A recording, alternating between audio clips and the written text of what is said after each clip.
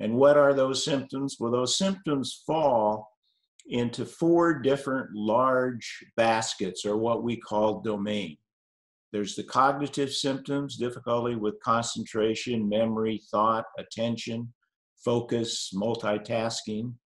There are physical symptoms or somatic symptoms, the most common of which is headache, or lightheadedness, or dizziness, or sensitivity to light, or sensitivity to noise.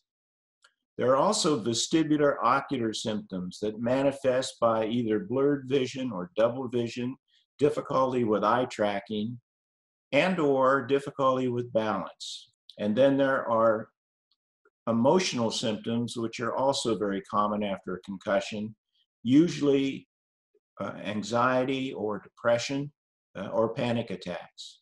Those are the symptoms that more or less we look for when we're looking at people with concussion, and when we're looking at people with post-concussion syndrome.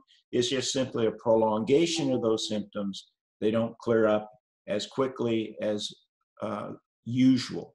And how long do they last? Well, most of them will clear up.